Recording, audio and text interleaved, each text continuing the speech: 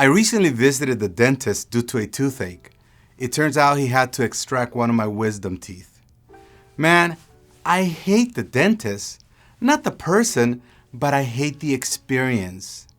The scraping, the drilling sounds, the water being sucked out of or sprayed into my mouth, the residual pain, even having to hold my mouth wide open for a half an hour gives me a jawache. I know I'll be okay when it's over and my mouth heals, but man, during the time when I'm in that chair leaning back and looking at a bright light, I am suffering. I am praying, God, please help me get through this. It might seem silly, but I think you know what I'm talking about. Maybe you felt like this in other situations, and maybe you prayed like I did. It's natural for us to pray when you're in trouble. You've probably heard the saying, there are no atheists in foxholes. Suffering turns our hearts towards God. We can read a number of examples in the Bible, but David seems to write the best about how it feels to suffer.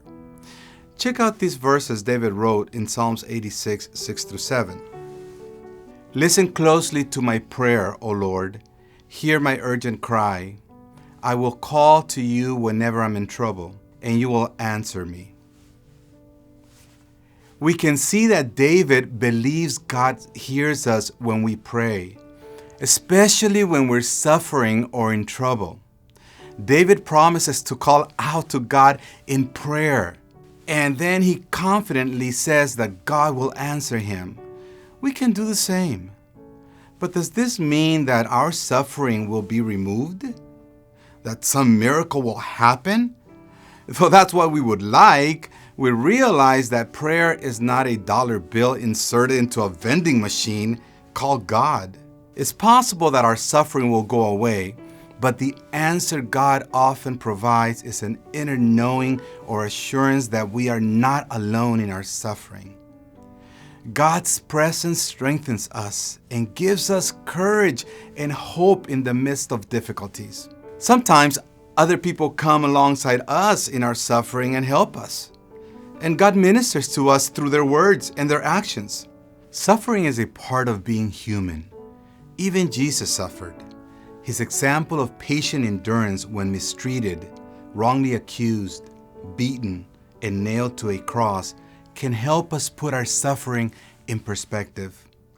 God never left Jesus while he suffered, and God will never leave us.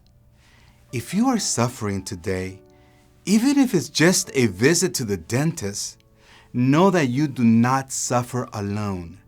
God hears your prayers, your requests for comfort, and he always answers with his presence. May you feel God's comforting assurance in your suffering today. Mi nombre es Ever Ticas, hablando de vida. Thanks for watching GCI's Speaking of Life. We hope you enjoyed it and were inspired. We'd love to connect with you, so be sure to like us on Facebook.